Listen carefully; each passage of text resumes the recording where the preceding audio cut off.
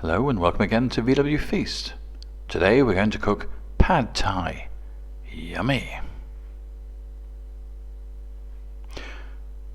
For this recipe you will need a lot of ingredients. First of all, the rice noodles, shallots, palm sugar, chili powder, beansprouts, tamarind.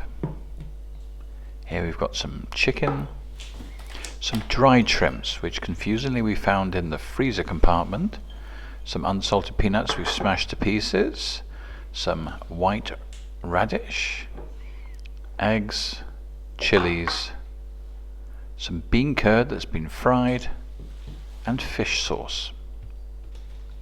To the fish sauce and tamarind we're going to add the palm sugar.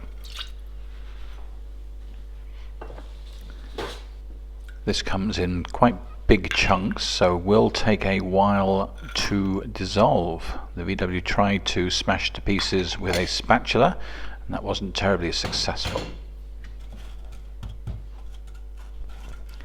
As you can see. So we'll just let time take its course and allow it to slowly dissolve into the mixture.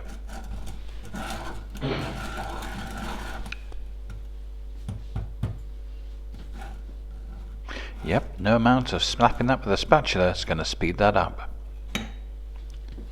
Here we are, hours later, where it's all almost dissolved.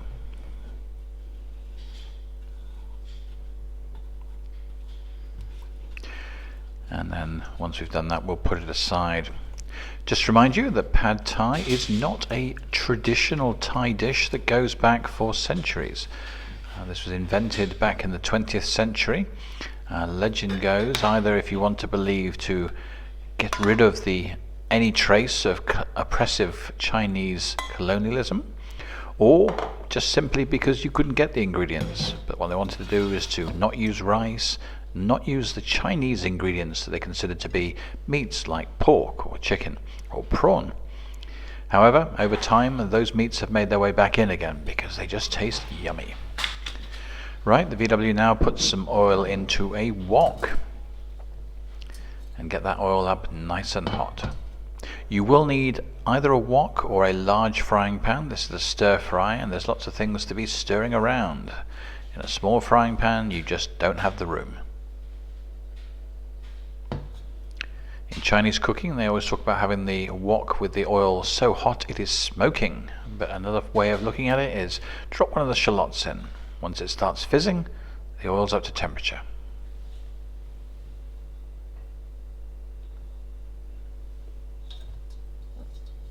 Just move it about, and as you see it's starting to fizz now. So, in go the rest of the shallots.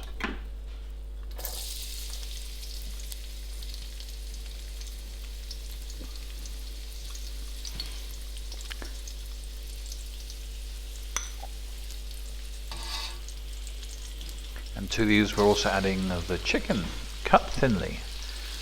You want this to cook quickly. This is a stir fry, so you want everything nice and thinly cut so it cooks really quickly. In go the chilies. Here we've used nice hot chilies because we like hot food. You should choose things you like.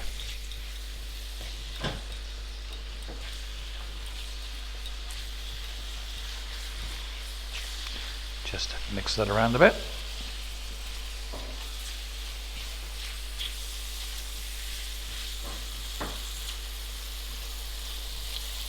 Of course it's quite quick to cook. We've not speeded the VW here up because it is very quick to cook, as all stir fries are. However, it is not quick to make. There is a long time to prepare all the ingredients so they're ready to quickly cook.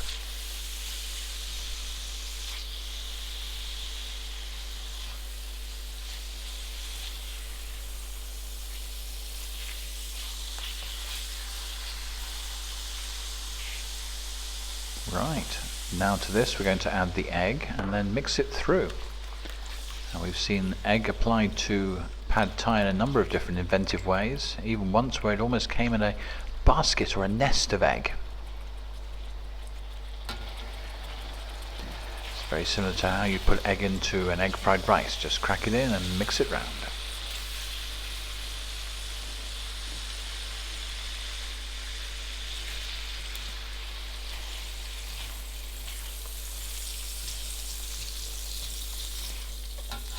Okay, now's the turn for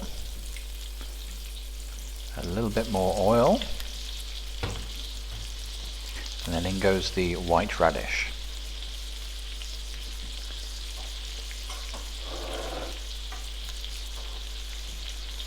And then in go the dried shrimp. As I said, we looked all over the shelves for this and finally found it in the freezer. I wouldn't have thought you'd had to freeze dried shrimp, but there you go. Now in go the noodles. These come hard and they're dried, so you have to leave them to soak for a couple of hours so that they can then become plastic and mixable again.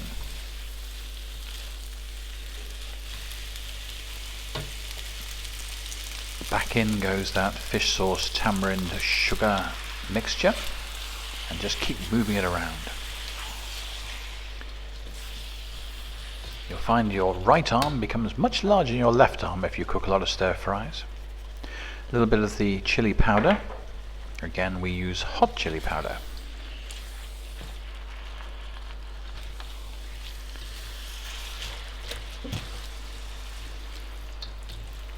At this stage you'll probably want to start tasting it to make sure you don't want to add more things to it.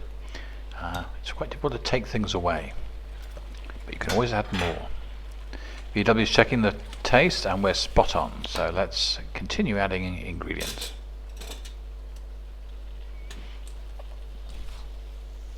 As you can see, the steam coming off that, it's cooking really nicely. Of course, if you have a gas burner, you can get this much hotter and cook much quicker. However, we have halogen, so there's a short delay.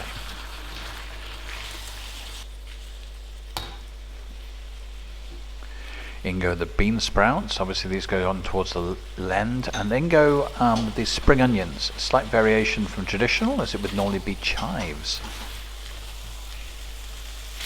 These elements go in the last because you still want them to be nice and crunchy. If you put them in first, they're going to be soft.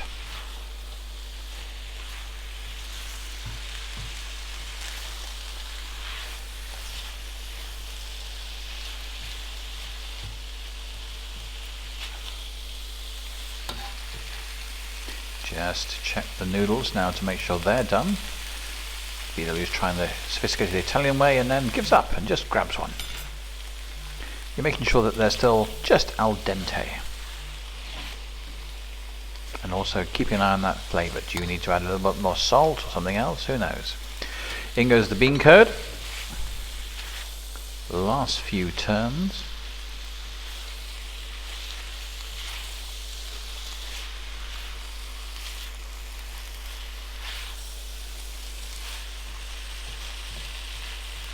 This was a special request by Evie, who felt a yearn, wanted pad thai. Well, here you are, Evie. Now you can cook it for us. Turn that out into a bowl and serve with some nice fresh bean sprouts and spring onions, a little bit of chili powder, and the peanuts. As you can see, our light ran out of batteries. What a tragic time to happen. Serve with a bit of lime, and here you are, pad thai. Enjoy.